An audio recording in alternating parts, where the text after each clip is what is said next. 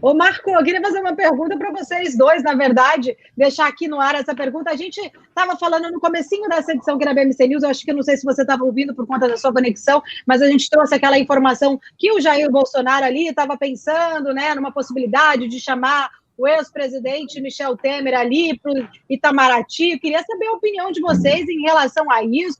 Vocês acham que isso pode representar para o governo, possíveis repercussões tanto no ambiente político e econômico por aqui?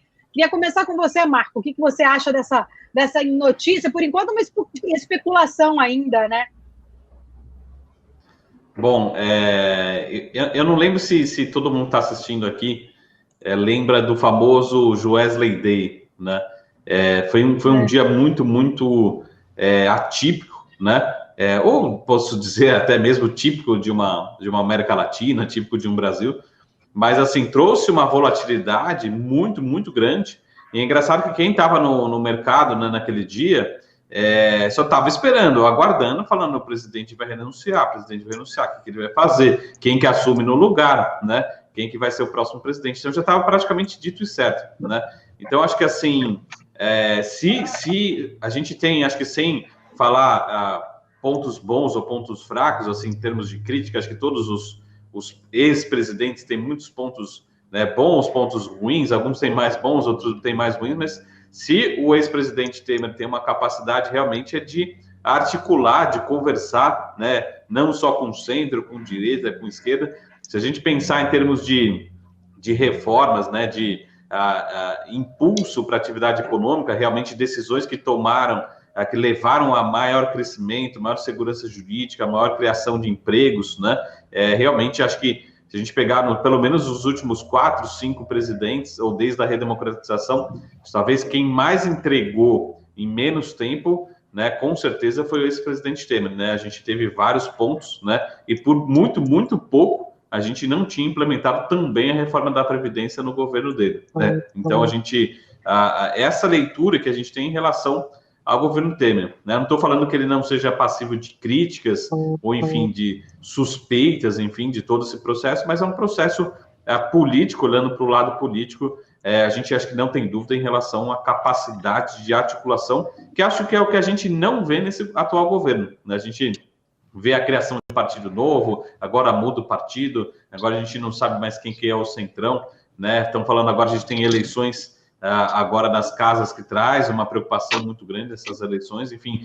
Então, eu acho que o tende, se realmente acontecer, pode ser, sim, até bem recebido pelo mercado, até mesmo aumentar a probabilidade realmente de ter as reformas o quanto antes, tá? Então, eu acho que não seria uma notícia ruim, não. Acho que o mercado poderia até ler com bons olhos essa notícia, né? Lógico, de novo, eu acho que assim, até não só pelas pessoas, mas todos políticos, normalmente a gente tem críticas, né? Acho que normalmente é natural. Agora, olhar para o histórico de entrega, né, do ex-presidente Temer, né, pelo período curto que ele ficou, acho que a relação, de certa forma, foi bastante satisfatória. Até a gente brinca no mercado financeiro que muita gente fica com saudade ou tem saudade do tempo Temer pela capacidade, pelo volume de entregas, né, que realmente modificou, né, e trouxe melhor previsibilidade, maior potencial de crescimento, enfim, foram vários pontos positivos, principalmente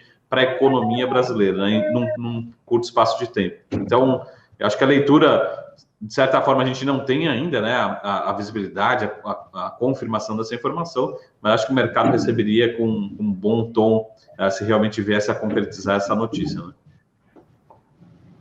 E você, Arthur, o que você pensa sobre essa informação? Sua visão sobre isso? Depois dessa análise, eu concordo totalmente com o Marco. Acho que essa visão econômica da coisa, ele foi um cara que entregou muita reforma trabalhista, teto de gastos, várias outras reformas microeconômicas que ele também entregou, e ele é um exímio articulador, né? Poucos na democracia brasileira têm a habilidade dele de transitar entre espectros políticos. Não precisa falar que ele foi vice da Erundina, quando a Erundina foi prefeita aqui em São Paulo, foi vice da Dilma e depois fez um governo com uma ideologia completamente diferente do que a Dilma foi eleita.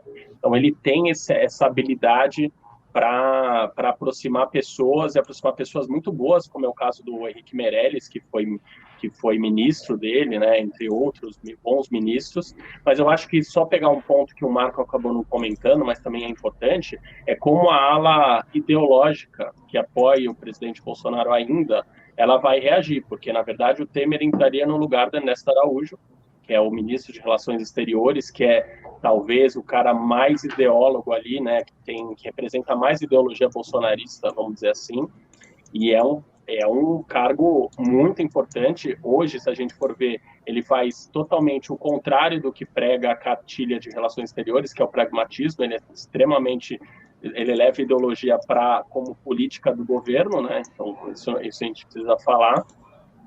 Mas eu acho que vou dizer assim, a ala mais ideológica, os bolsonaristas, eles têm reagido, vamos dizer, bem, assim, do ponto de vista para o Bolsonaro, até que não estão reagindo tão mal, ameaçando desembarcar do apoio do governo, porque se entrar o Temer representa tudo que os caras não defendem também, né? Que eles falam. Eu lembro quando o Temer saiu, os bolsonaristas falavam muito, né, sobre não, o Temer é ladrão, bababá, é robô, e tem uma série de críticas, como o Marco falou. O Temer também não, ele tem uma série de investigações que foram feitas, inclusive foi o Wesley Day, né, aquele dia típico de maio, né, de 2017, tem uma série de questões, mas do ponto de vista de entrega e de articulação, ninguém tem dúvida que ele tem capacidade, mas eu acho que tem que ver como que a ala ideológica que apoia o governo, que ainda dá sustentação, vai reagir nessa eventual troca, né, que ainda está muito no ar, mas existe sim essa possibilidade. Ô, Marco, você quer fazer pergunta aí para o Arthur? Eu tenho uma listinha aqui ainda, mas fica à vontade, se você quiser. Não, só complementar, assim, até o Michael deixou aqui no chat, é só lembrar, assim, que não são as mesmas circunstâncias, não é o mesmo Brasil, não são as mesmas pessoas, então a gente não pode simplesmente também tratar da mesma forma, assim, vamos pegar o exemplo, acho que o exemplo mais emblemático é o próprio ministro da Economia, o Paulo Guedes, assim, quando a gente olha, assim, aqui que é o Paulo Guedes na esfera privada, né, a gente esperava realmente muito mais, então, assim, eu acho que o mercado, de certa forma, os investidores dariam o benefício da dúvida se realmente esse movimento viesse a acontecer. Mas não necessariamente que vá acontecer tudo que a gente espera na velocidade. Mas eu acho que seria, de novo, o copo mais meio cheio do que mais meio vazio. Então, assim, acho que o mercado reagiria bem a essa possível notícia, né? Mas só para... Eu vou voltar só uma pergunta que você estava falando em relação a câmbio, para passar um pouco aqui para o Arthur, né? A gente está vendo um câmbio agora, até raspando muito rápido nos R$5. E aí, eu acho que é uma pergunta que a gente já fez aqui, mas olhar para os movimentos globais, parece que realmente o dólar está se perdendo força, né? Se desvalorizando em relação a várias moedas. Eu sei que é uma pergunta muito difícil, mas como é de um economista para outro economista, assim, a gente consegue trazer, por exemplo, desse movimento que a gente teve dos 5,50, 5,60 agora para os R$5, tudo muito rápido, a gente consegue, ou, por exemplo, 2021, será que vai continuar esse movimento de valorização do real muito por conta do dólar se desvalorizando, ou vai ser mérito nosso? Ou seja, dá para ter um percentual, por exemplo, vai ser 50-50, ou na verdade 90% é do cenário global, enfim, quem que a gente pode atribuir esse possível cenário de valorização do real, né? Tá. Marco, assim, na minha opinião, e umas coisas que eu venho acompanhando há muito tempo, é muito mais do nosso lado, tá? A porcentagem maior é do lado do Brasil, com as reformas. Então, tem até uma brincadeira, né, que fala aqui no Brasil, se você tem dúvida de alguma coisa, compra dólar, né? Que é a melhor coisa para fazer. O que está por trás dessa brincadeira? O que está por trás é que o real vai desvalorizar, mais do que o dólar vai valorizar. Por quê? Porque a gente adia diversas reformas importantes, várias vezes, né? Não é no governo Bolsonaro, não é no governo Temer, não é no governo Dilma. Há anos que a gente adia, por exemplo, a reforma administrativa, a gente apresentou agora, a reforma administrativa nesse ano, mas uma reforma extremamente tímida, né? Que não mexe em vários privilégios, e a gente está falando de reforma administrativa há muito tempo.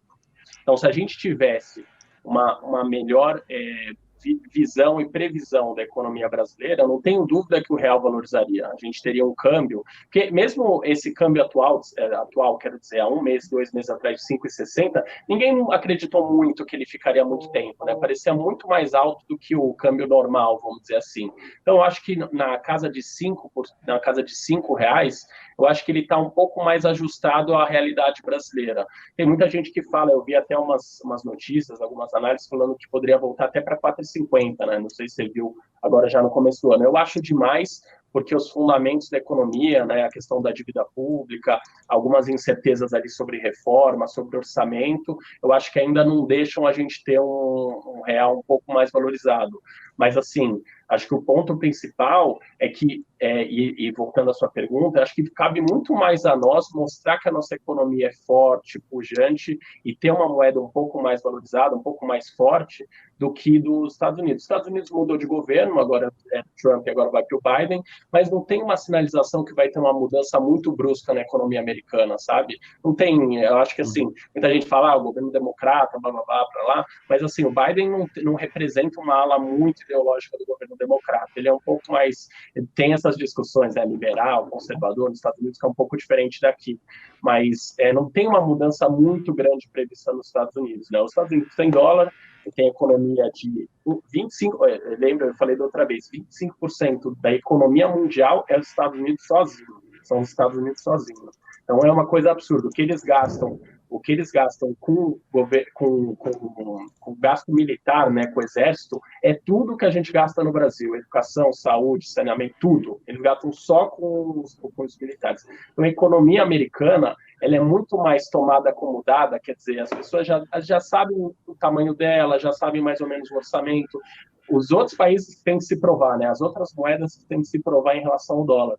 Então, acho que cabe muito mais a nós fazer as reformas que a gente precisa fazer, mas, assim, aí, por outro lado, o copo meio vazio, a gente tem que ser um pouco, às vezes tem que olhar o que está acontecendo, a gente tem cada vez menos esperança que essas reformas importantes aconteçam, que é muito ruim, né? Então, reforma administrativa muito, muito pequenininha do que a gente precisa, reforma tributária que a gente fala há tanto tempo, reforma política, uma série de reformas que a gente precisa fazer, estão cada vez mais distantes, é o que você falou, né? O Paulo Guedes tem uma excelente trajetória no setor privado, mas entregou muito pouco até agora, e continua falando que vai entregar. Então, a gente mexe um pouco com a questão da credibilidade dele, né? As pessoas começam a não acreditar. Ele vai falar, vou fazer, a história do Pedro e o Lobo, né? Vou fazer, e não faz. E a gente começa a não acreditar que ele está, de fato, a questão das privatizações, né? Que você fala, vou fazer privatização, que é difícil de fazer, que é diferente de fazer mesmo, né? Então, estou brincando, mas esse tipo de coisa acaba com a credibilidade do Ministério da Fazenda, que adora o Ministério da Economia, e acaba com o real, né, que é a nossa moeda, e acaba desvalorizando a moeda.